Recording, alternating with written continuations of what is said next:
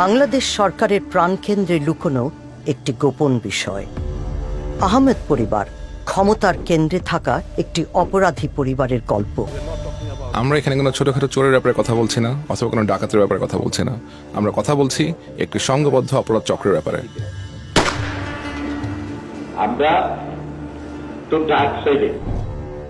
এই পরিবারের 3 ভাই দণ্ডিত খুনি, যারা প্রধানমন্ত্রী শেখ হাসিনাকে সুরক্ষা দিয়ে এসেছেন। উনি তার ব্যক্তিগত দেহরক্ষী ছিলেন। হাসিনার সাথে ওনার সরাসরি যোগাযোগ ছিল। আমাদের অনুসন্ধানে উঠে এসেছে কিভাবে বাংলাদেশ সেনাবাহিনীর প্রধান তার পলাতক ভাইদের নিরাপদে রাখেন, তাদের বিত্তশালী হয়ে উঠতে সাহায্য করেন। ইনি আসলে উনারই ভাই। উনার বড় ভাই দেশ চালাচ্ছে। বাংলাদেশের সেনাবাহিনীর কর্মকর্তা উনারই হাত। উনার ভাইদের ক্ষমতা উনার হাতে, কারণ উনার ভাইরা গ্যাংস্টার, তারা আসলে মাফিয়া। সেনাপ্রধান দেশের প্রধানমন্ত্রীকে নিরঙ্কুশ ক্ষমতা আয়ত্ত করতে সহায়তা জুগিয়ে যান। শেখ হাসিনা ভীষণ খোলাখুলিভাবেই ওনার বিরোধী দলগুলোকে ধ্বংস করার উদ্দেশ্য প্রকাশ করেছেন।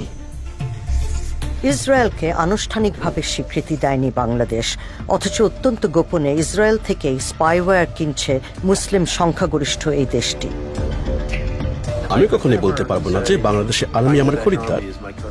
আমরা এটা বলতে পারবো না। এই স্পাইওয়্যার ব্যবহার করা হতে পারে রাজনৈতিক প্রতিপক্ষদের উপর নজরদারির কাজে।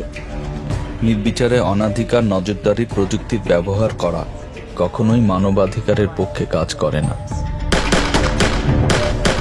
ঢাকার এই কুখ্যাত অপরাধী পরিবারটি এখন বলছে বাংলাদেশের রাষ্ট্রযন্ত্রের হত্যাকর্তা তারাই।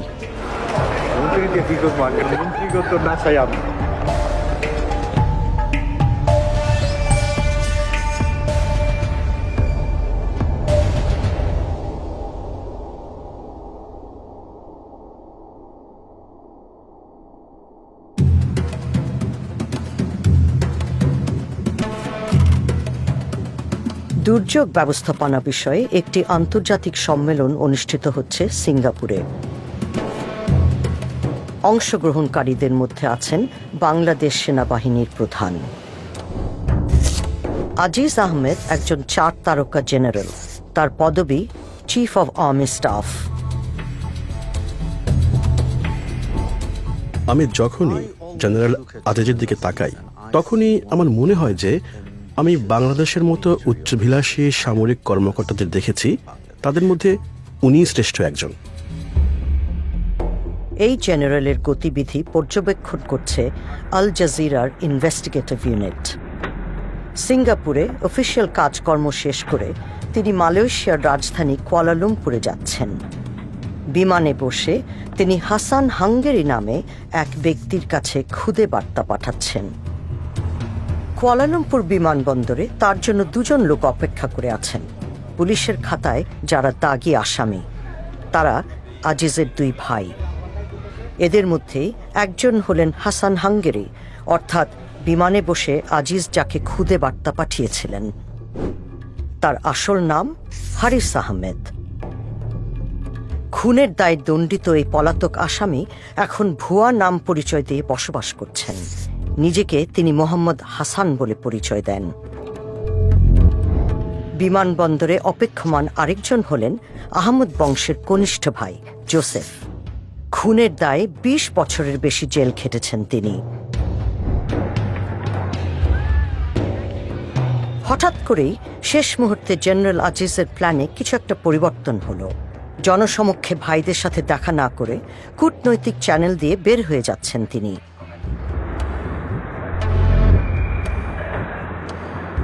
পৃথক গাড়িতে বিমানবন্দর থেকে বের হচ্ছেন তার ভাইয়েরা।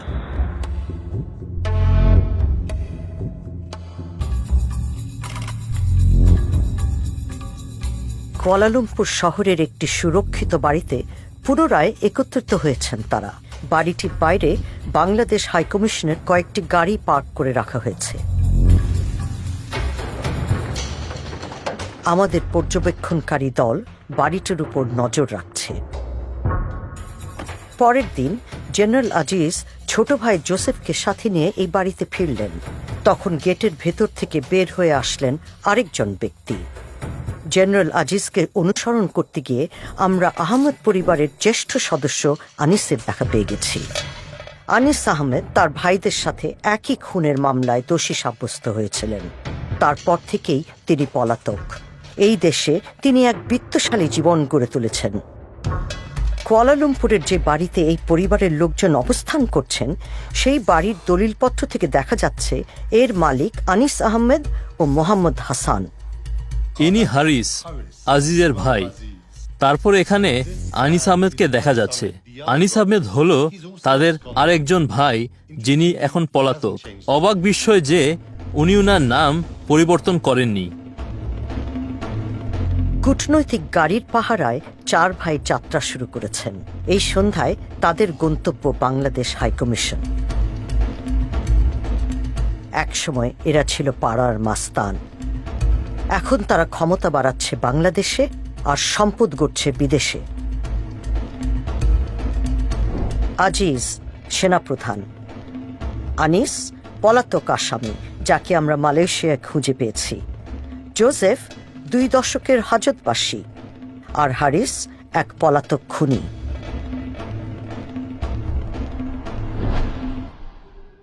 অনুসন্ধানের সূত্রে আমরা এখন হাঙ্গেরিতে।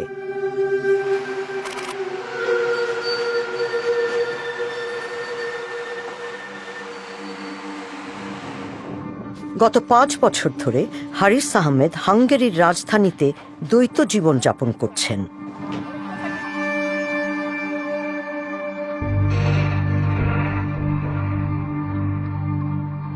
হারিস একজন ঠান্ডা মাথা সন্ত্রাসী। সে এমন একজন মানুষ, সে আপনাকে যদি পছন্দ না করে তাতেই ক্ষতি করতে পারে। এবং আমি বুঝতে পারি যে এই মানুষটি কোনো সাধারণ মানুষ না, সে একজন সাইকোপ্যাথ।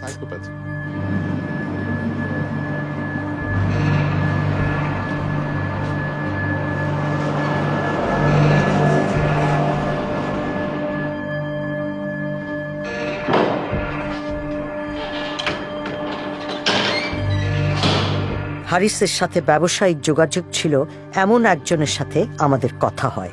আমরা তার আসল নাম প্রকাশ করব না এই শর্তে। 2014 সালের ডিসেম্বরে এসবের শুরু হয়। আমি আমার একজন পরিচিত মানুষের কাছ থেকে ফোন পাই যে জেনারেল আজিজ হাঙ্গেরি ভ্রমণ করছেন। যেহেতু হাঙ্গেরিতে কোনো বাংলাদেশ দূতাবাস নেই, উনি আমাকে অনুরোধ করেন যে আমি জেনারেল আজিজকে সঙ্গ দিতে পারবো কিনা। সামি তাকে বিভিন্ন জায়গা ঘুরিয়ে দেখাতে নিয়ে যান, আর তখন জেনারেল আজিজ একটি প্রস্তাব রাখেন। উনি আমাকে জিজ্ঞাসা করেন ওনার ভারতে বসবাসরত ভাইকে ব্যবসা প্রতিষ্ঠা করতে আমি কোনো রকম সাহায্য করতে পারি কিনা। আমি ওনাকে বললাম, উনি যদি ব্যবসা প্রতিষ্ঠা করতে চান আমি ওনাকে অবশ্যই সাহায্য করতে পারি। হাঙ্গেরি থেকে যাওয়ার পরে আমি জেনারেল আজিজের কাছ থেকে একটি মেইল রিসিভ করি এবং সেখানে তিনি আমার কাছে জানতে চান ব্যবসা স্থাপন করতে কি কি প্রয়োজন। আমি ওনাকে বিস্তারিত জানালাম ব্যবসা স্থাপনের সমস্ত বিষয় ব্যাপারে। এই সব কিছুই আমার কাছে কোনো সন্দেহের উদ্রেক করেনি। আমি তার সব কাগজপত্র দেখেছি এবং আমি দেখলাম যে ওনার নাম মোহাম্মদ হাসান, এবং এখানে কৌতূহলী হবার মতো তেমন বিশেষ কিছুই ছিল না। যেহেতু পুরো ব্যাপারটি জেনারেল আজিজের মতো একজন মানুষের কাছ থেকে এসেছে, এখানে সন্দেহ উদ্রেক হবার বিষয়ই আসে না।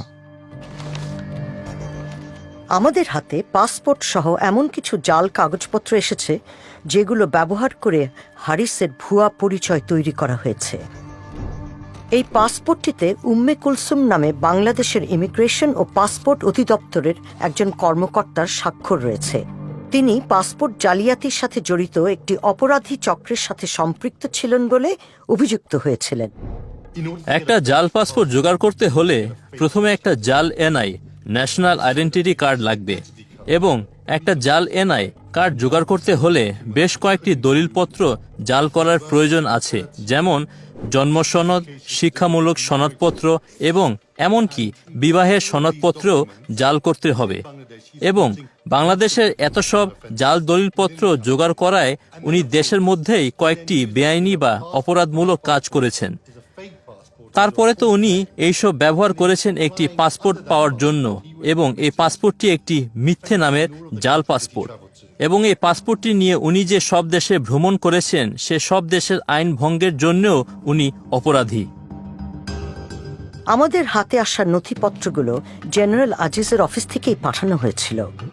আজিজ তখন বর্ডার গার্ড বাংলাদেশ বা বিজিবির মহাপরিচালক ছিলেন। এখানে আরেকটি আশ্চর্যজনক ঘটনা দেখতে পাচ্ছি। এই দলিলে সাক্ষী দিয়েছেন মেজর সুজাউল হক এবং ব্রিগেডিয়ার জেনারেল হাসনাত, যারা দুজনই বিজেপিতে আছেন যখন জেনারেল আজিজ বিজেপির প্রধান ছিলেন। তাই সম্ভবত ধরে নেওয়া যায় যে আজিজ এই দুই ব্যক্তিকে জাল দলিলে সই করতে বাধ্য করেছেন। বিজিবির আরেক কর্মকর্তা মেজর সামি রশিদ এই ইমেলটি পাঠিয়েছিলেন, যেটির অনুলিপি গেছে আজিজের কাছেও। ইমেইলে আছে বাংলাদেশের একটি ব্যাংকে মোহাম্মদ হাসান নামক একজন ব্যক্তির অ্যাকাউন্টের প্রত্যয়ন সংক্রান্ত একটি ডকুমেন্ট। এইসব জাল নথিপত্র পাঠানোর ক্ষেত্রে মেজর রশিদের ভূমিকার প্রমাণ হিসেবে একটি ডেলিভারি নোটও আমাদের হাতে এসেছে। এই দলিলপত্র জাল করার জন্য এবং হাঙ্গারিতে পাঠানোর জন্য জেনারেল আজিজ সেনাবাহিনীর বেশ কয়েকজন উচ্চ পদের অফিসারদেরকে সহযোগিতা করতে বাধ্য করেছেন।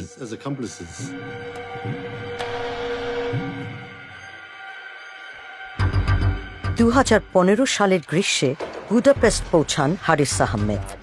আল জাজিরার ইনভেস্টিগেটিভ ইউনিটের হাতে আসা নথিপত্রে হারিস কিভাবে তার ভাই জেনারেল আজিজের নির্দেশনা অনুযায়ী নতুন দেশে নতুন জীবন গড়ে তুলতে চেষ্টা করছিলেন তার একটি চিত্র পাওয়া যায়। তিনি বে অফ বেঙ্গল নামক একটি কোম্পানি প্রতিষ্ঠা করেন। তার স্ত্রী, মেয়ে ও জামাইও কোম্পানিটির মালিক। বে অফ বেঙ্গল মূলত একটি আমব্রেলা কোম্পানি হিসেবে বেশ কয়েকটি ব্যবসা পরিচালনা করে।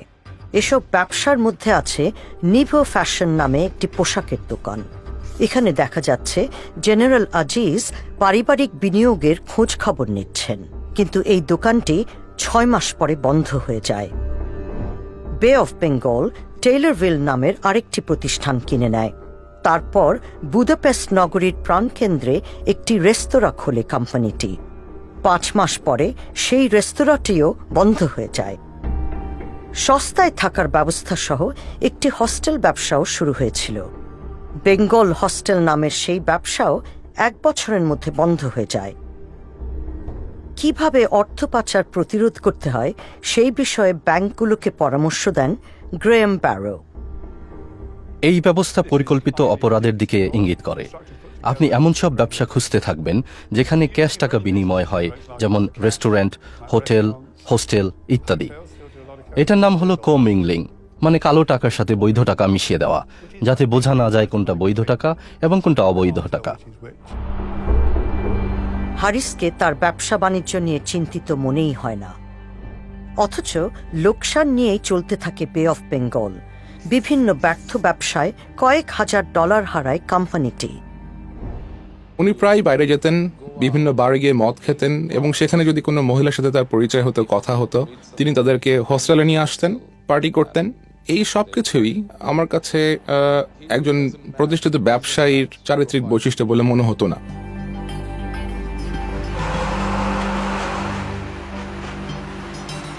সামি একসময় আবিষ্কার করেন যে হারিসের আর্থিক আগ্রহ মূলত অন্য কোথাও। হারিস মূলত ব্যবসায়িক লেনদেনের ক্ষেত্রে মধ্যস্থতাকারী হিসেবে কাজ করেন। নিজের প্রভাব ও যোগাযোগ ব্যবহার করে বিভিন্ন কাজ বাগিয়ে নেন, বিশেষ করে সরকারি কাজ, বাংলাদেশ সরকারের বিভিন্ন কন্ট্রাক্ট। এখন এই একটা কইলাম আপনার সিক্রেট, এটা দিয়ে পয়সা কামায়া লাগাইতার। বাংলাদেশ সেনাবাহিনীর কাছে হাঙ্গেরিতে তৈরি বুলেট সরবরাহের একটি কন্ট্রাক্ট বাগাতে হারিস সামির সাহায্য চান। এটা আপনি আর আমি পারবো, একটু আপনার আমি ইনশাল্লাহ চ্যালেঞ্জ করে বিতারি, কিন্তু আমি তো প্রপার হয়ে যেতে পারি না। আমি তো ভাই বুলেট হলে 1 নম্বর পৃথিবীর সেরা বুলেট, আর আর্মি এটা বাংলাদেশে একমাত্র নাই। হারিস নিজে পেছনে থেকে সামিকে সামনে রেখে কাজটি করতে চান। আমি যেহেতু ওনার ভাই, এই হিসাবে আমি আর্মিতে কোনো জায়গায় আমি শোবো না, আপনি সইবেন। কাজের অগত কাজের দরকার, আমাকে পয়সার দরকার। আমার শো দরকার কি? আমি ওইখানে আপনার লগে যে বইয়া থাকবো, আমি কে পরিচয় দিবেন না দেখেন নাকি আমি পয়সা দিই আপনারা, আমরা খাইবেন আমি খাবো, এটা তো আর অটোমেটিক, এখানে তো আর অন্য কিছু না, এখানে ডাইরেক্ট চলে যাবো পয়সা। হারিস জানতে পারেন যে তার অজান্তেই বাংলাদেশে সামরিক পণ্য সরবরাহের একটি চুক্তি হয়ে যাচ্ছে। তিনি চুক্তিটি ভেস্তে দেওয়ার পরিকল্পনা করেন। যে এরকম আমি যদি আটকায় না দিতে পারছি, আটকায় আপনার কাছে যদি না এসে দৌড়ে ওকে, তাহলে আমার নাম হারিস না। ওকে, আর্মিতে কথা বলতে না। কটা বাজে বাংলাদেশে? বাংলাদেশে এখন বাজে 7টা-8টা মতো বাজে। তিনি প্রায় বাংলাদেশের বিভিন্ন মানুষজনকে ফোন করতেন এবং খুব জঘন্যভাবে তাদেরকে গালিগালাজ করতেন, এবং ফোনের মধ্যেই তিনি তাদেরকে খুব বাজেভাবে তিরস্কার করতেন। হারিস বাংলাদেশের সামরিক গোয়েন্দা সংস্থা ডিজিএফআই এর একজন কর্মকর্তাকে ফোন করছেন।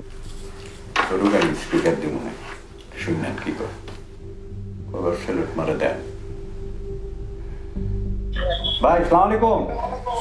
ওই যে আপনারা বলছিলাম না যে ইউরোপের কিছু হইলে তারপরে হাঙ্গেরির, আর একটু ভিড়ে দেন, নাম দেখালি, বাকিটা আমি দেখি, একটু দেখেন। ঠিক আছে ভাই, আমি একটা রেফারেন্স পাঠাইতেছি, আমি একটা কাগজ পাঠাইতেছি যেটা হাঙ্গেরির থেকে চেষ্টা করতেছে, এটা একটু দেখেন। ঠিক আছে ভাই? ওকে ভাই। নিজের ব্যবসার বিভিন্ন খুঁটিনাটি নিয়ে সামির সাথে আলাপ করছেন হারিস। তারপর আমি তো জানি হাঙ্গেরি কিছু হইলে যদি আমার কাছে না আসে, ওই বেটা কোনো কিছু নিতে পারবো না, এই পর্যন্ত নেই নেই। আমি খালি কেটালাম দেখ বেটা নিয়ে থাকে, আমার একটা প্রমাণ দেয় তারা। কানটা কাইটা কুত্তার গলায় তুমি একেবারে, এখানে কুত্তা আছে না, দরকার পয়সাটা কিনেই না কুত্তার গলায় দিয়ে দেবো। হারিসের দাবি তার কার্যকলাপ প্রধানমন্ত্রী শেখ হাসিনার আশীর্বাদেই চলছে। প্রধানমন্ত্রী শুদ্ধ হানি কইছে যে আরিজ ওখানে যদি কিছু করতে চাও করুক, আমরা হেল্প করবো, আর কি চাই।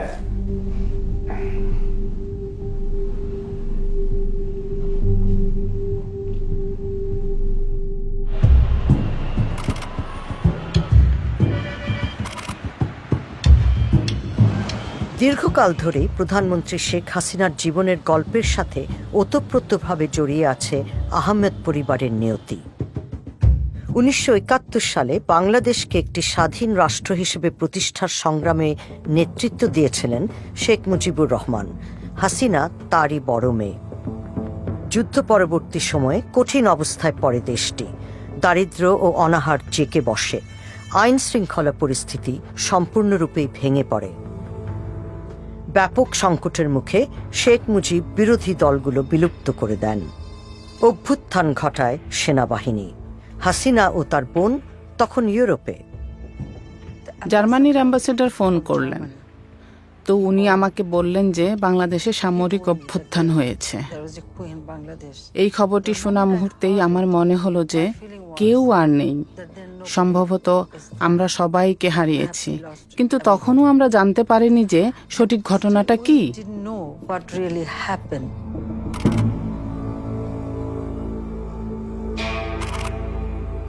সেনাবাহিনীর কর্মকর্তারা শেখ মুজিবের বাড়িতে প্রবেশ করেন। মুজিবকে হত্যা করা হয়। তার সাথে হত্যা করা হয় তার 10 বছরের ছেলেসহ পরিবারের 13 জন সদস্যকে। শেখ মুজিব এবং তার পরিবার হত্যা বাংলাদেশের ইতিহাসে একটি ভীষণ পাশবিক পর্ব। খুনিরা তার ছোট্ট ছেলেটিকে রেহাই করেনি। শেখ হাসিনার রাজনীতির একটি প্রধান উদ্দেশ্য হল এই অন্যায়ের বিচার পাওয়া এবং এই হত্যার প্রতিশোধ নেওয়া।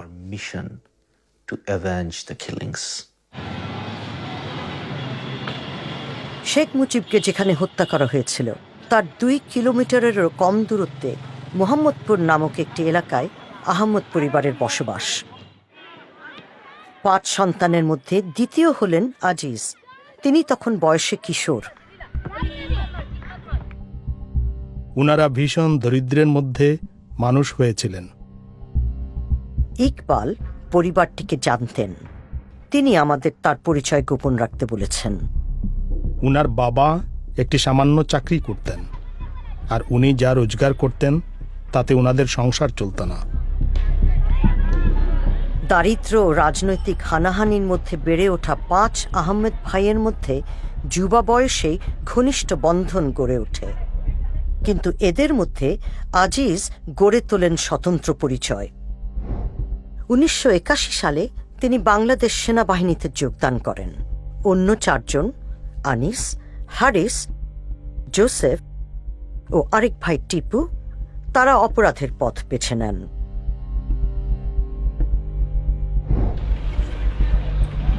উনারা টাকা আদায় করতেন, উনারা মানুষদের অপহরণ করতেন, উনারা একটি গ্যাংয়ে পরিণত হয়েছিলেন। প্রথমে খুব ছোটখাটোভাবে শুরু করলেন, কিন্তু পরে উনারা মানুষদের খুন করা শুরু করলেন। ঢাকাতে বিশেষ একটা এলাকা ওনাদের আয়ত্তে ছিল। মোহাম্মদপুর ওনাদের দখলে ছিল, এবং এই এলাকাটি ওনারা ভাগাভাগি করে নিয়েছিলেন ওনাদের নিজেদের মধ্যে এবং অন্যদের সঙ্গে। মানে ঢাকা শহরের অন্যান্য অপরাধের সর্দারদের সাথে ওনাদের বোঝাপড়া ছিল, এবং ওনারা ব্যবসায়ীদের কাছ থেকে বল প্রয়োগ করে টাকা আদায় করতেন। আর এই এলাকাটি ওনারা ওনাদের ব্যক্তিগত জায়গা হিসেবে শাসন করতেন। আমরা যাদের ব্যাপারে কথা বলছি এরা সবাই সন্ত্রাসী, এরা খুনি, যারা মানুষের জীবনের ভয়ঙ্কর রকমের ক্ষতি করেছে। ভারতে নির্বাসিত অবস্থায় শেখ হাসিনা আওয়ামী লীগের নেতা হন। এই দলের নেতৃত্বে ছিলেন তার পিতা। 1981 সালে তিনি বাংলাদেশে ফিরে আসেন। আমি আমার লোকদের কার্যকরী করা শুরু করলাম। তখনকার সরকার আমাকে বাধা দেবার চেষ্টা চালায় যাতে আমি ফিরে না আসি, কিন্তু আমি গণতন্ত্রের জন্য কাজ করার উদ্দেশ্য নিয়ে ফিরে আসার সিদ্ধান্ত নিলাম। সামরিক বাহিনী তখন দেশ পরিচালনা করছে। বেশ কয়েকবার তখন হাসিনাকে গৃহবন্দী করা হয়। তার জীবনের উপর আঘাতও আসে। এক সহকর্মীর সাথে জেনারেল আজিজের ফোনালাপের গোপন রেকর্ডিং আল জাজিরার ইনভেস্টিগেটিভ ইউনিটের হাতে এসেছে। এই কথোপকথন 2020 সালের। আজিজ বর্ণনা করছেন কিভাবে তার ভাইয়েরা শেখ হাসিনার দল আওয়ামী লীগের নেতাদের নিরাপত্তা দিতেন।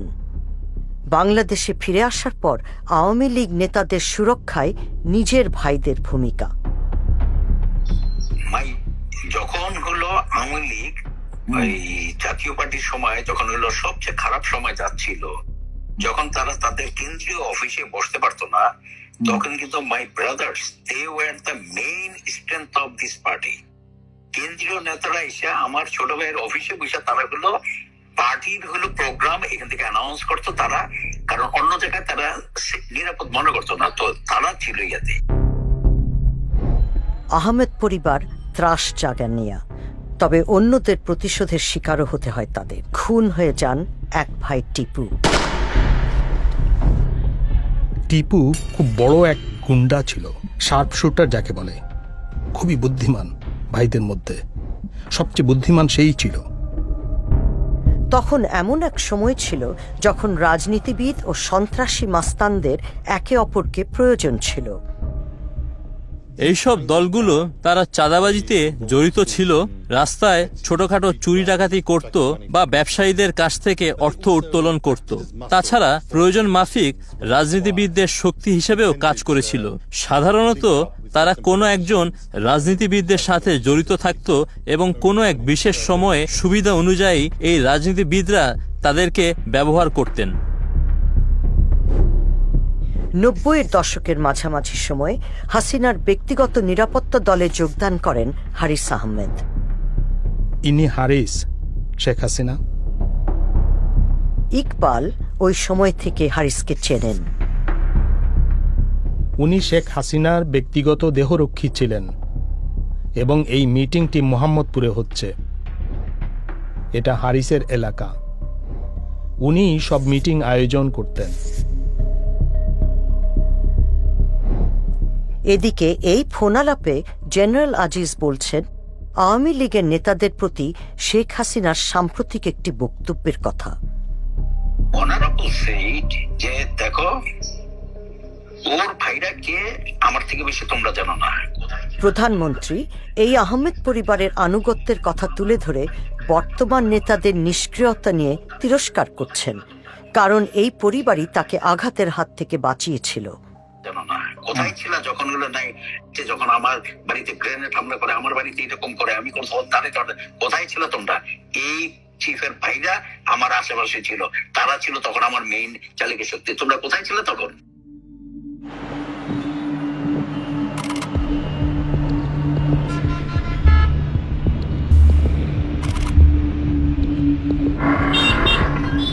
মোহাম্মদপুরের একটি ব্যস্ত রাস্তায় একটি হত্যাকাণ্ড আহমেদ পরিবারের ভবিষ্যৎ নির্ধারণ করে দেবে। মোস্তফা রহমান ছিলেন প্রতিদ্বন্দ্বী এক রাজনৈতিক দলের সদস্য। এই দলটি শেখ হাসিনার পরিবারকে হত্যার সাথে জড়িত। মোস্তফা ও তার 2 সহকর্মীকে ঘিরে ফেলা হলো।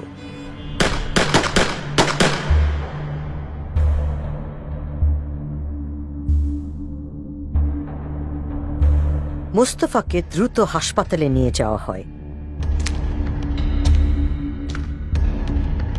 তিনি একজন ম্যাজিস্ট্রেটের কাছে সাক্ষ্য দেন।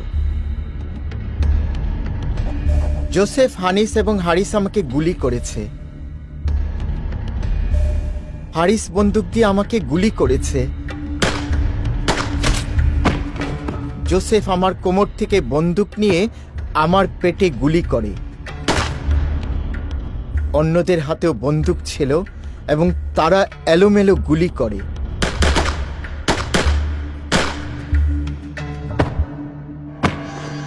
আমাকে 9 বার গুলি করা হয়। 5 দিন পরে তিনি মারা যান। মোস্তফা ছিলেন নিজের খুনের ঘটনায় মূল সাক্ষী। মোস্তফা রহমানের হত্যার 1 মাস পর শেখ হাসিনা বাংলাদেশের নতুন প্রধানমন্ত্রী হিসেবে দায়িত্ব গ্রহণ করেন। আহমেদ পরিবারের 3 ভাই খুনের অভিযোগে অভিযুক্ত হন। 8 বছর পর হাসিনা যখন ক্ষমতার বাইরে, তখন আদালতের এক রায়ে দণ্ডপ্রাপ্ত হন তারা। জোসেফকে দেওয়া হয় মৃত্যুদণ্ড, আনিস ও হারিসকে যাবজ্জীবন কারাদণ্ড, কিন্তু তারা ততদিনে পলাতক। আল জাজিরার ইনভেস্টিগেটিভ ইউনিট তাদেরকে খুঁজে পাওয়ার আগে 15 বছর ধরে তারা নিখোঁজ ছিলেন। দেশের মধ্যে হারিস আহমেদ একজন বড় গ্যাংস্টার ছিলেন এবং গ্রেফতার করার জন্য পুলিশ তাকে খুঁজছিল। আনিস আহমেদ একটা নির্মম হত্যার অভিযোগে অভিযুক্ত ছিল। আমার মনে হয় না যে শক্তিশালী কিছু ব্যক্তিদের সাহায্য ছাড়া ওনারা দেশ পলাতক হতে পারতেন। এসব ঘটনাক্রমটি আসলে একটি উল্লেখযোগ্য বিষয়। 1994-95 এর দিকে হারিস ওনার ব্যক্তিগত দেহরক্ষী ছিলেন। ঠিক তার 1 বছর পরে 1996-এ এক ব্যক্তি হত্যা হন, যিনি সম্ভবত শেখ হাসিনার রাজনৈতিক প্রতিদ্বন্দ্বী ছিলেন, এবং হারিস সহ তার 3 ভাই এই হত্যার অভিযোগে অপরাধী হন। হয়তো তিনি মনে করেন তিনি এই সব বিষয়ে যত কম জানবেন ততই ভালো।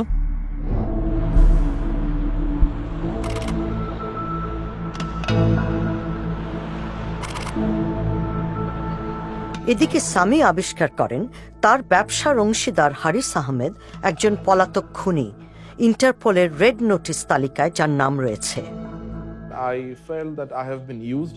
আমি একটা সময় বুঝতে পারি যে এই লোকটিকে একটা নিরাপদ দেশে পৌঁছানোর জন্য আমাকে ব্যবহার করা হয়েছে, এবং আমি অনুভব করি যে হারিস এবং জেনারেল আজিজ আমাকে ব্যবহার করেছে। আমি একে পুলিশের কাছে ধরিয়ে দিতে চিন্তা করি, কিন্তু নিজের জীবনের ভয় তা করিনি। আহমেদ পরিবারের সাথে সম্পর্ক ছিন্ন করার চেষ্টা করেন সামি, কিন্তু তখনই সামিকে হুমকি দিয়ে ইমেল পাঠান জেনারেল আজিজ। আপনি হাসানের সব সমস্যা সমাধান করার দায়িত্ব নিয়েছিলেন। আপনার নীরবতাতে আমি অন্য গন্ধ পাচ্ছি। জেনারেল আজিজ তার কথায় প্রচন্ড রকম ক্ষোভ প্রকাশ করেন। তিনি আমার উপর প্রচন্ড রকম ক্ষিপ্ত হন এবং তিনি আমাকে চরম ভয় দেখিয়ে ইমেল পাঠান। আমার ভাইকে যদি ফিরে আসতে হয় তাহলে যারা দায়ী তাদের জীবনে অনেক আফসোসের কারণ থাকবে। আমি এই প্রতিশ্রুতি দিচ্ছি যে তারা প্রাণের ভয়ে থাকবে। এবং তিনি বলেন যে তার ভাইকে যদি বাংলাদেশে ফেরত যেতে হয় তাহলে তার জন্য যারা দায়ী হবে সে সমস্ত মানুষকে তাদের জীবনে পস্তাতে হবে। জেনারেল আজিজ সামিকে নিজের জালে আটকানোর চেষ্টা চালাতে থাকেন। সামরিক বাহিনী থেকে অবসরোত্তর জীবনের জন্য বাংলাদেশ থেকে অর্থ বের করে আনছেন তিনি, আর বিনিয়োগের জন্য নেমেছেন ব্যবসার সন্ধানে। আপনি বললে আমি প্রয়োজনীয় পদক্ষেপ নিব। আপনি আমাকে একটা ছোট ইনভেস্টমেন্টের প্রস্তাব পাঠান, আমি সেটা ভেবে দেখব। চাকরি থেকে অবসর নেয়ার আগ পর্যন্ত আমি বে অফ বেঙ্গলের মাধ্যমে কাজ করতে পারি। আমি বে অফ বেঙ্গলের পরিচালক হব বলে চিন্তা করছি।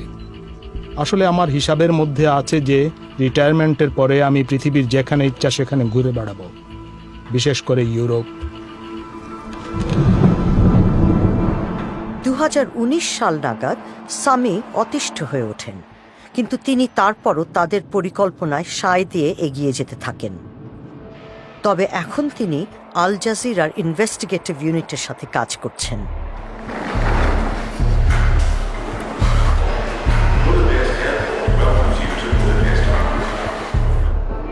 হারিস একটি ব্যবসায়িক সফর শেষে ফিরছেন। আসসালামু আলাইকুম। কেমন আছেন? হ্যাঁ, ভালো আছেন? এই যে মিস্টার রহমান, আমি কানাডা।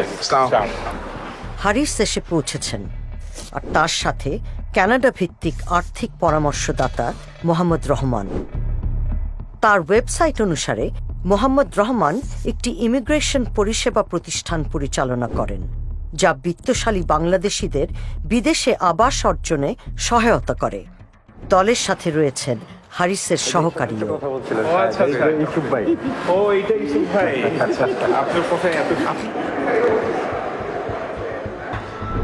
হারিসের দৈনন্দিন আর্থিক হিসাব নিকাশ তদারকির কাজ করেন ইউসুফ আলী। কোথায় কোথায় গেলেন? ফ্রান্স থেকে গেলাম মরক্কো, মরক্কোর থেকে টার্কি, টার্কি থেকে নাইলাম। ঘুরতে গেছেন? বাংলাদেশে হারিসের রাজনৈতিক প্রভাব নিয়ে আলোচনা হচ্ছে।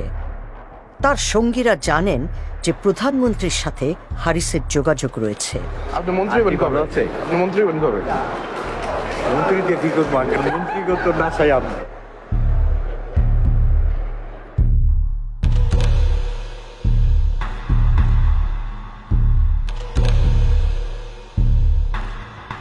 আপাত দৃষ্টিতে ব্যবসায় সাফল্য না পেলেও নতুন বিনিয়োগের জন্য হারিসের কাছে প্রচুর অর্থ রয়েছে।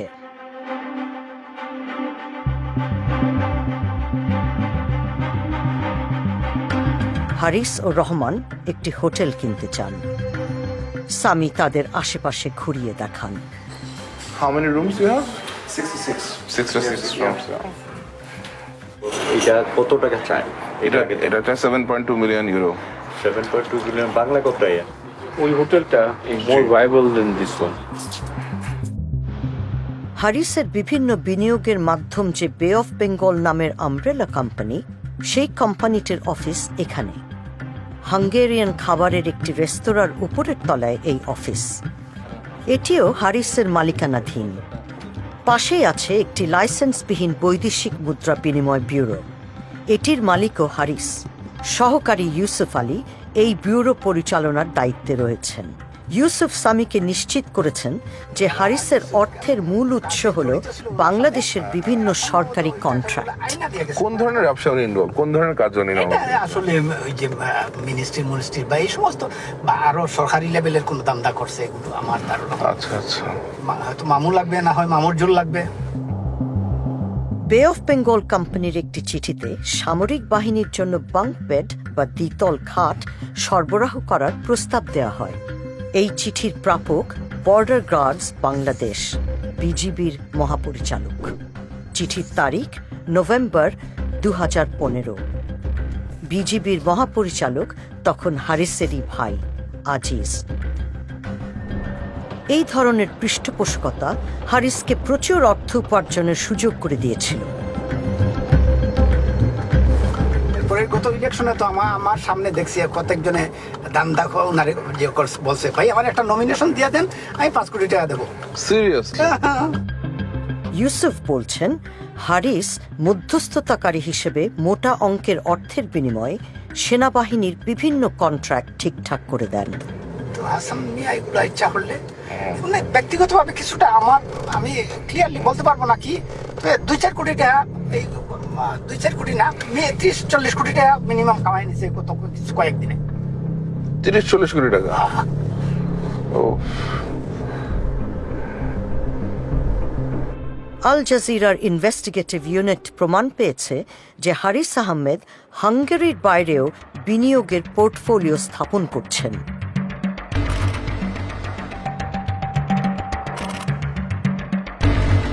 সেই একই মিথ্যা পরিচয় ব্যবহার করে তিনি ফ্রান্সে গড়ে তুলছেন এক ব্যবসায়িক সাম্রাজ্য।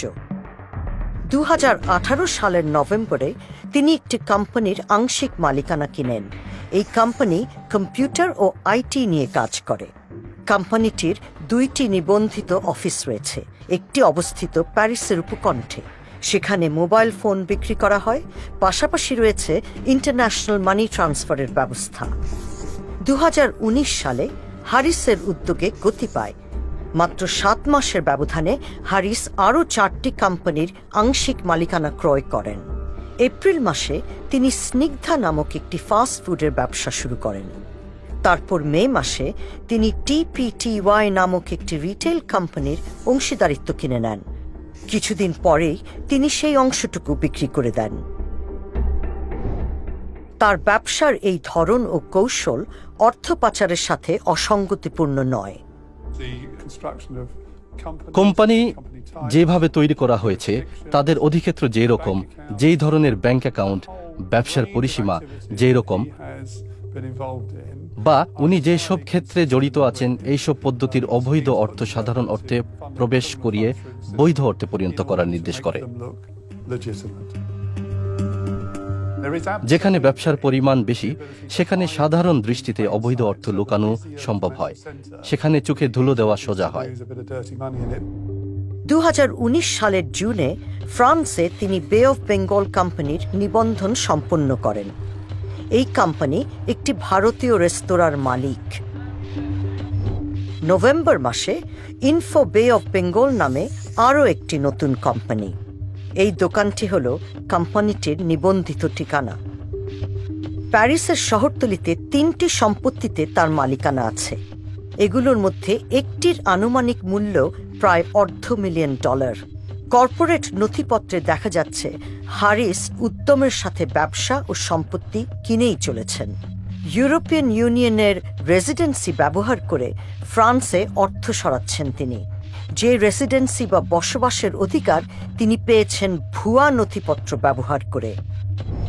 অবৈধ অর্থ প্রথমে সাধারণ অর্থে প্রবেশ করা হয়, তারপর লেয়ারিং করে বিভিন্ন কোম্পানি এবং বিভিন্ন দেশের মধ্য দিয়ে এই টাকা পাচার হয়। তারপরে এই টাকা প্রচলিত অর্থনীতিতে পুনর্বহাল করা হয়। অবৈধ অর্থ বৈধ করার জন্য ঘর বাড়ি কেনার চেয়ে আর কি ভালো উপায় থাকতে পারে? এটাই সবচেয়ে সহজ উপায়।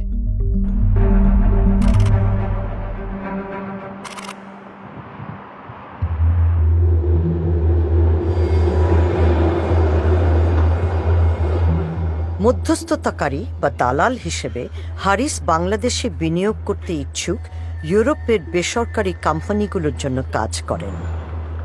কানাডার সেই ব্যবসায়ী মোহাম্মদ রহমান এসেছেন কয়েক মিলিয়ন ডলারের একটি সম্ভাব্য চুক্তি নিয়ে আলোচনায় হারিসকে সহায়তা করতে। হারিস ও রহমানকে বলা হয়েছে যে একদল ব্রিটিশ বিনিয়োগকারী বাংলাদেশের হোটেল বাণিজ্যে কয়েক মিলিয়ন ডলার বিনিয়োগের চেষ্টা করছেন। সেজন্য সামি একটি ব্রিটিশ বিনিয়োগ ফার্মের সাথে হারিস ও রহমানের একটি ভিডিও কনফারেন্সের আয়োজন করেছেন। হারিস তার মোহাম্মদ হাসান নামটি ব্যবহার করছেন। Hello, hi, good morning. Hey, gentlemen. Yes, hello. Mohammed Hassan. Mohammed, pleased to meet you. আমার নাম মিস্টার রহমান, ভ্যানকুভার কানাডা থেকে এসেছি। তবে দেখে যা মনে হচ্ছে বাস্তবে বিষয়টি তা নয়। বিনিয়োগ ফার্মের প্রতিনিধি মূলত আল জাজিরার ইনভেস্টিগেটিভ ইউনিটের হয়ে কাজ করছেন। বাংলাদেশে কিছু একটা করলে সত্যি খুবই ভালো হবে, কিন্তু কিছু সমস্যা হতে পারে রাজনীতির কারণে, এবং সেখানে কিছু দুর্নীতিও আছে। অবশ্য যেসব দেশগুলো উঠে আসছে তাদের সবারই এই ধরনের সমস্যা আছে। কিন্তু মিস্টার হাসানের ক্ষেত্রে একটি ভালো জিনিস হলো যে খুব উচ্চপদস্থ সরকারি কর্মকর্তাদের সাথে ওনার খুব ভালো সম্পর্ক আছে। সরকারি কর্মকর্তাদের সাথে, বিশেষ করে প্রধানমন্ত্রীর সাথে ওনার খুবই ভালো সম্পর্ক আছে। বাংলাদেশে উঁচু স্তরে যোগাযোগ করিয়ে দেওয়ার বিনিময়ে হারিস 20% কমিশন চান। ভুয়া বিনিয়োগের প্রস্তাবটি ব্যাখ্যা করছেন তিনি। কম করে €100,000 dollar or euro or 100 billion এটা ইনভেস্ট করতে হবে যদি 5 স্টার বা এনি বিজনেস যা করতে চায়। ফর ল্যান্ড বাই পারচেজ এত মিলিয়নের নিচে কোনো মানে সুইটেবল ওই ধরনের ব্যবসা হবে না। আমাদের যেটা উইটে 20% ফর অল লিকুইডেশন। এরপর রহমান বিশদভাবে ব্যাখ্যা করছেন কিভাবে তারা কাজ করেন। উনি এই চিঠিটা ওনার বড় ভাইকে দেবেন এবং আমরা আনুষ্ঠানিকভাবে আপনাদের অফিসে আসব আরও একটু আলাপ আলোচনা করার জন্য। প্রয়োজন হলে আমরা লন্ডনের হাই কমিশনে ফোন করে দেব, যাতে হাই কমিশনের লোকেরাও সরকারি কর্মকর্তা সেই মিটিংয়ে থাকতে পারে। তারপরে উনি এই প্রস্তাবটি আমাদের প্রধানমন্ত্রী এবং আর্মি চিফের কাছে নিয়ে যাবেন। জিনিসটি তাহলে দেখতে অনেক বেশি পাকা লাগবে। তো ওনার কোম্পানি বাংলাদেশে আপনাদের কনসালটেন্ট হিসেবে নিয়োজিত হবে। সত্যি কথা বলতে এই মুহূর্তে ওনার বড় ভাই আসলে দেশ চালাচ্ছেন, কারণ আমাদের প্রধানমন্ত্রীর দেশ চালানোর সব দায়িত্ব আর্মি চিফের হাতে ছেড়ে দিয়েছেন। ইনি আসলে উনারই ভাই।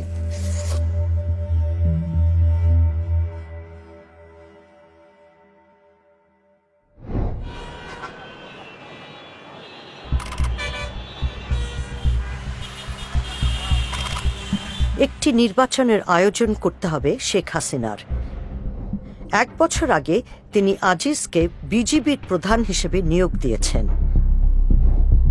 তার ক্ষমতাসীন দল আওয়ামী লীগ যখন নির্বাচনে পরাজয়ের ঝুঁকিতে, তখনই বিজিবিকে ভোট তদারকিতে নিয়োজিত করা হয়।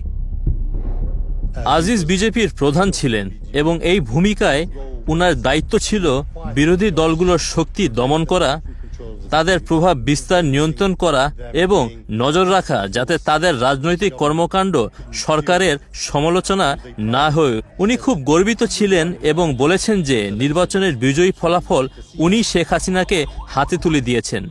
এইটি একটি অত্যন্ত গুরুত্বপূর্ণ মুহূর্ত ছিল, কারণ তখন আওয়ামী লীগ সরকারের পতন হওয়ার সত্যিকারের একটি সম্ভাবনা ছিল।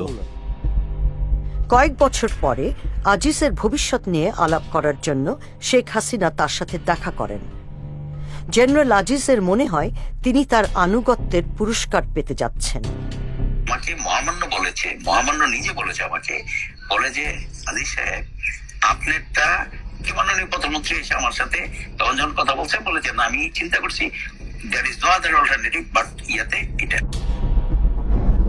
কিন্তু জেনারেলের ক্যারিয়ার এগিয়ে নিতে হলে তার ভাইদের বিরুদ্ধে হত্যার দণ্ড থাকার বিষয়টি সুরাহা করতে হবে। এবং এই যে আপনার ভাইদের অন্যান্যদেরকে জিনিস করছে এটা কিন্তু ওনার পরিকল্পনা অনুযায়ী এই ধরনের যে তার এটা হওয়ার আগে তাদের এগুলো সব ক্লিয়ার করতে হবে। আমাকে নিজে হলো উনি আমার সাথে আলোচনা করে গেছেন। পরিকল্পনার মধ্যে ছিল আজিজের সর্বকনিষ্ঠ ভাইকে জেল থেকে বের করে নিয়ে আসা, মৃত্যুদণ্ডকে কমিয়ে যাবজ্জীবন কারাদণ্ডে পরিণত করার জন্য জোসেফের আবেদন ইতিমধ্যেই সফল হয়েছে। প্রায় 11 বছর ধরে তার মাথার উপর ঝুলছিল মৃত্যুদণ্ড। আর ভাইরা কিন্তু চলে যেতে পারতো না, এমন না যে অন্য পার্টি থেকে হলো তাদেরকে তখন বলে নাই এই চলে আসো, কিন্তু ওরা তো বেইমানি করে নাই, ওরা তো রাজি হয় নাই কখনো। ওই রক্ত নাই বলে বেইমানি করার।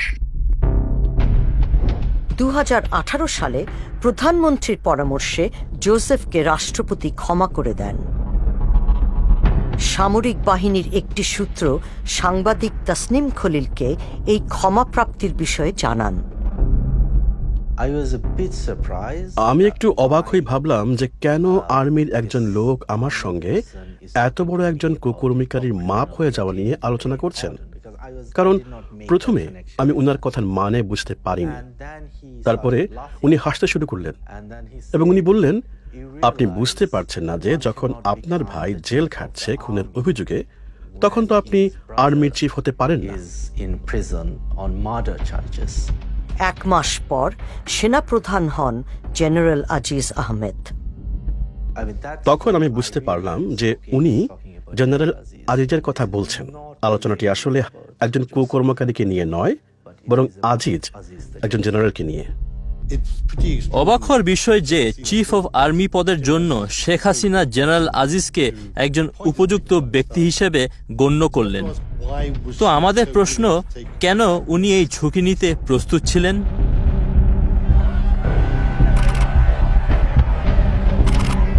ডিসেম্বরে শেখ হাসিনা আরও একটি নির্বাচন করেন। এবারও জেনারেল আজিজ তাকে ক্ষমতা সুসংহত করতে সহায়তা করেন। 2018-তে বাংলাদেশের প্রতিটি নির্বাচন কেন্দ্রে অথবা প্রায় প্রতিটি কেন্দ্রেই ব্যাপক ভোট চুরির কাজে আর্মি অত্যন্ত গুরুত্বপূর্ণ ভূমিকা পালন করেছিল। বিরোধী দলীয় নেতা কারাগারে, অন্যরা আটক, কারো কারো আর কখনো দেখা মেলেনি।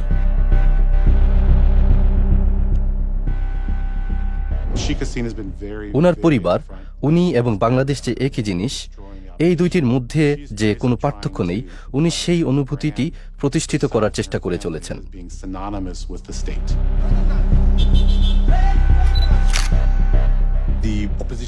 বাংলাদেশে বিরোধী পার্টিদের এত পরিমাণে দমন করা হয়েছে যে তারা বিরোধী দল হিসেবে প্রায় অক্ষম। বলপূর্বক অপহরণ করা বা বেআইনি হত্যা ইত্যাদি ব্যাপারে আইন প্রয়োগকারী কর্তৃপক্ষ অনিয়মভাবে এবং তারা দায়মুক্তভাবে নিজেদের পরিচালনা করেছেন। দেশ চালানোর কাজে এইসব পদ্ধতি স্বাভাবিক হয়ে দাঁড়িয়েছে।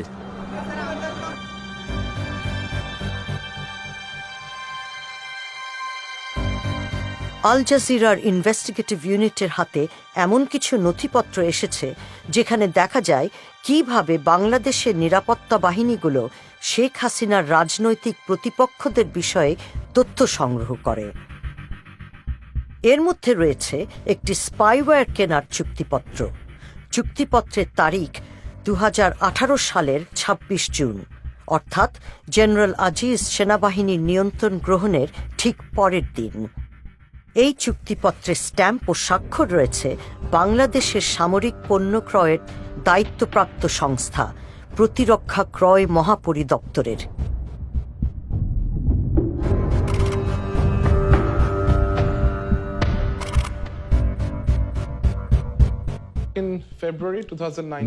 সালের ফেব্রুয়ারিতে ডিজিএফআই তে কর্মরত আমার একজন বন্ধু আমাকে জানান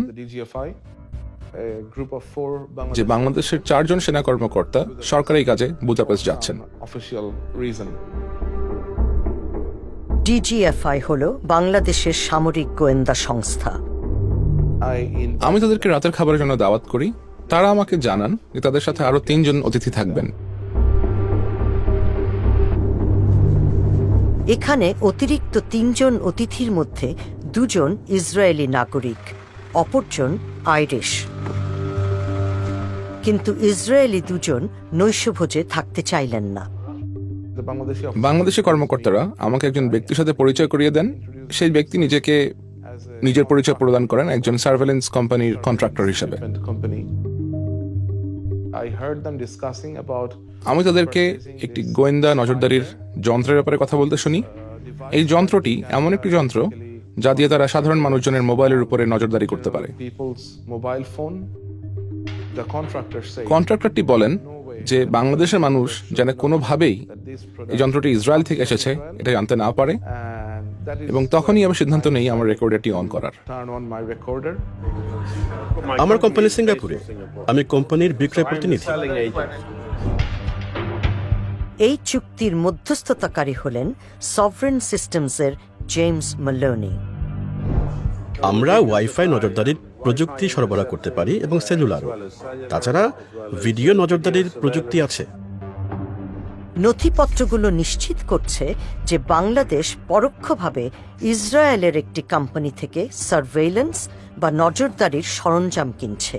পিক6 প্রতিষ্ঠা করেছে ইসরায়েলের প্রাক্তন কিছু গোয়েন্দা বিশেষজ্ঞ। ইসরায়েলের সাথে বাংলাদেশের কোনো কূটনৈতিক সম্পর্ক নেই, তাই বাংলাদেশ আইনগতভাবে ইসরায়েলের সাথে বাণিজ্য করতে পারে না। বাংলাদেশ বিশ্বের তৃতীয় বৃহত্তম মুসলিম দেশ।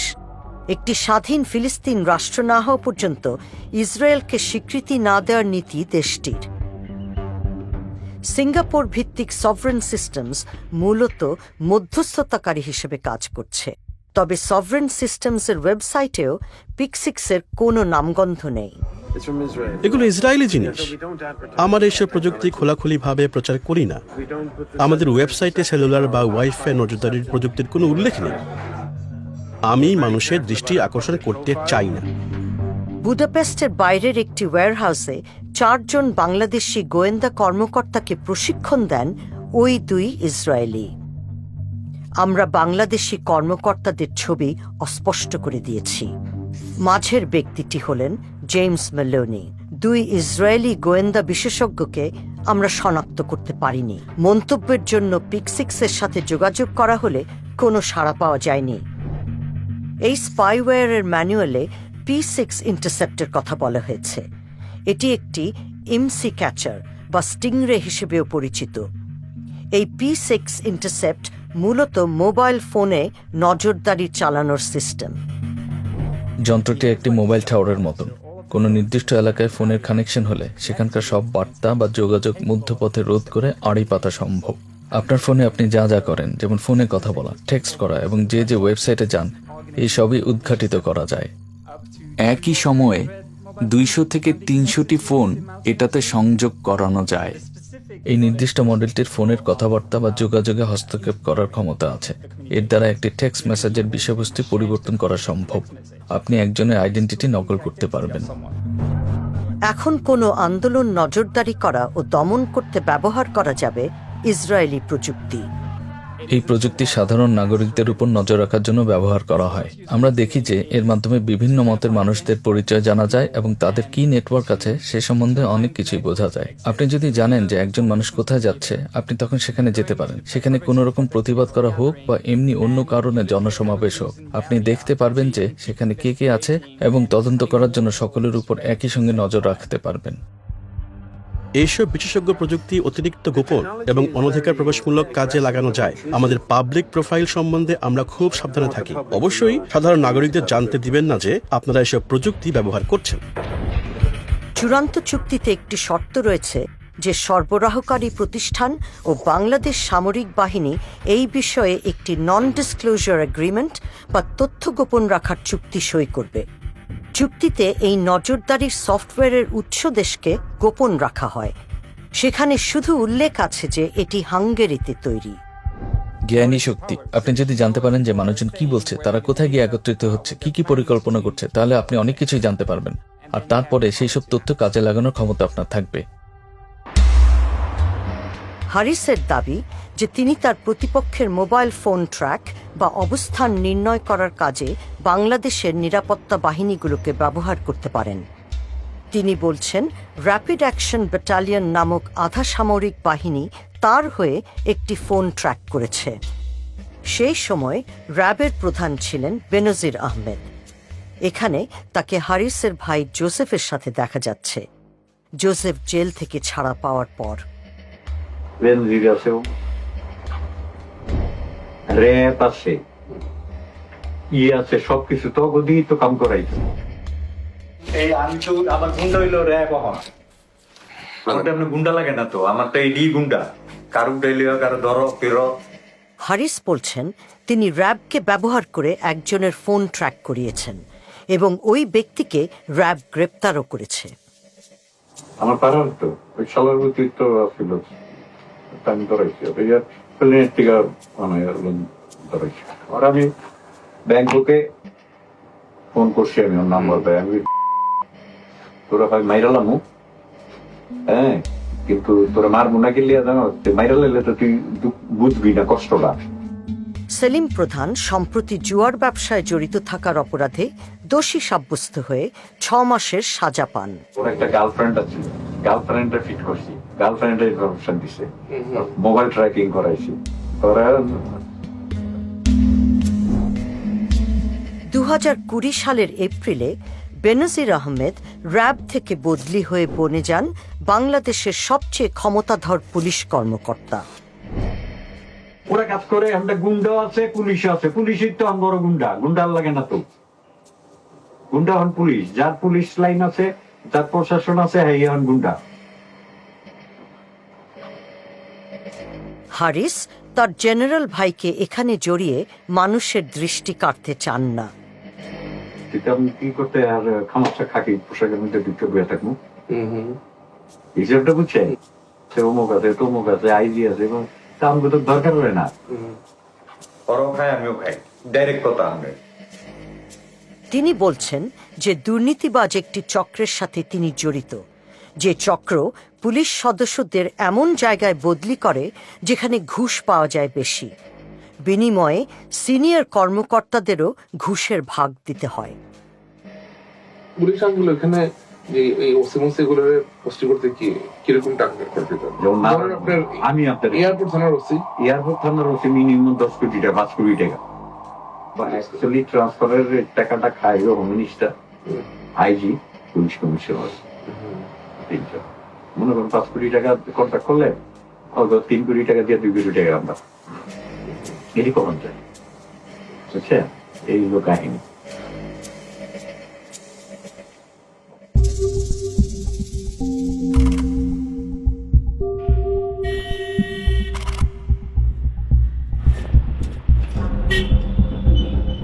মোহাম্মদপুরে, যেখানে আহমদ ভাইরা শৈশব কাটিয়েছিলেন, সেখানে নিজেদের স্বার্থ হাসিলে র্যাবকে ব্যবহার করছেন তারা।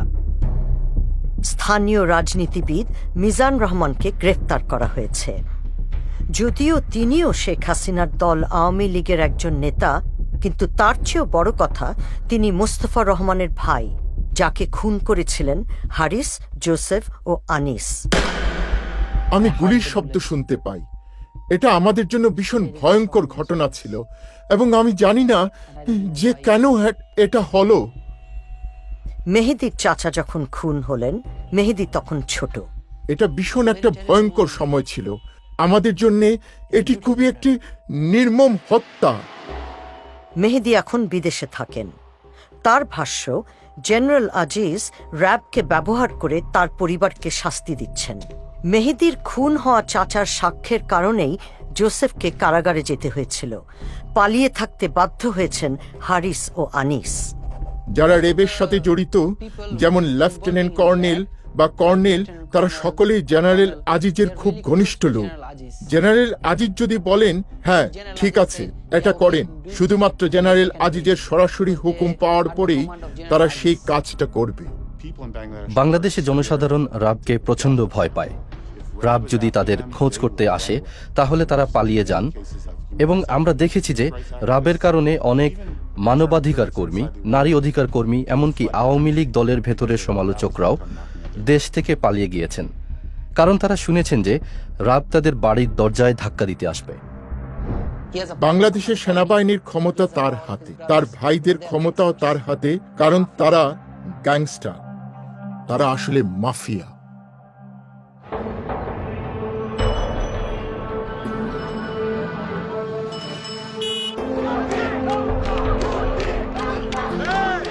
মোহাম্মদপুরে আহমদ পরিবারের ভাইয়েরা যে এলাকায় বড় হয়েছিলেন, এক তরুণ সদস্য নির্বাচনে লড়ছেন।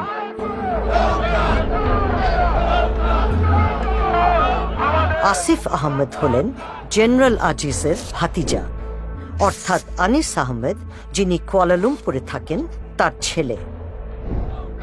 2020 সালের জানুয়ারিতে আসিফ নিজের রাজনৈতিক জীবন শুরু করেছেন। তিনি দুর্নীতি দমনের প্রতিশ্রুতি দিয়ে নির্বাচনে জিতেছেন।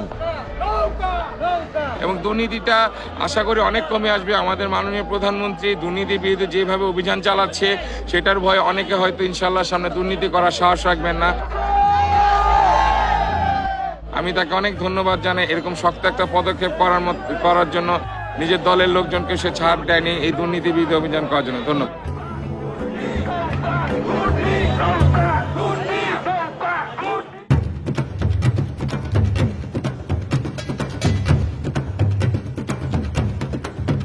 ঢাকায় সেনাবাহিনীর সদর দপ্তরের একটি মাঠে একটি বিয়ের অনুষ্ঠান।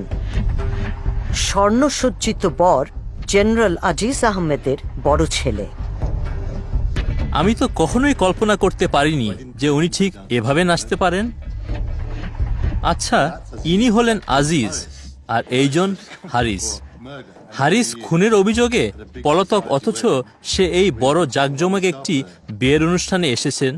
সেখানে চিফ অফ আর্মি স্টাফ উপস্থিত আছেন। হারিসের মতো আনিসও মালয়েশিয়া থেকে ঢাকায় ছুটে এসেছেন।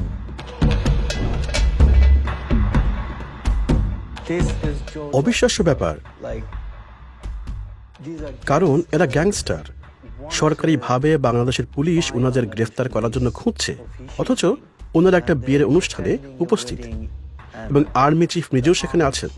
ওনারা সবাই মিলে পার্টি করছেন। দেশের ঊর্ধ্বতন সামরিক কর্মকর্তা, ক্ষমতাধর রাজনৈতিক নেতা ও বিদেশি বিশিষ্টজনরা উপস্থিত। আর ভাইদের মধ্যে সর্বকনিষ্ঠ জোসেফ, যিনি হত্যার দায়ে দোষী সাব্যস্ত হয়েও পরে ক্ষমা পেয়েছেন, তিনিও আছেন এখানে। আচ্ছা দেখুন, ইনি বাংলাদেশের প্রেসিডেন্ট। তাকে ক্ষমা করেছিলেন বাংলাদেশের রাষ্ট্রপতি মোহাম্মদ আব্দুল হামিদ। বাংলাদেশের প্রেসিডেন্ট এই দুই পলাতক আসামিদের সঙ্গে একটি বিয়ের অনুষ্ঠানে উপস্থিত, যাদেরকে গ্রেফতার করা উচিত। আনিসের ছেলেও উদযাপনে মেতেছেন। দুর্নীতি বিরোধী প্রতিশ্রুতি দিয়ে নির্বাচনী প্রচার চালাচ্ছেন এই উদীয়মান রাজনৈতিক নেতা। এদের পরবর্তী প্রজন্মকে এরা যথাযথ স্থানে বসিয়ে দিচ্ছে, এবং যদি এভাবেই চলতে থাকে এবং এদের স্ট্র্যাটেজি এভাবেই যায়, তাহলে আমরা দেখতে পাচ্ছি এদের দ্বিতীয় প্রজন্ম এদের স্থান নেবে এবং বাংলাদেশকে একটি মাফিয়া রাষ্ট্রে পরিণত করবে।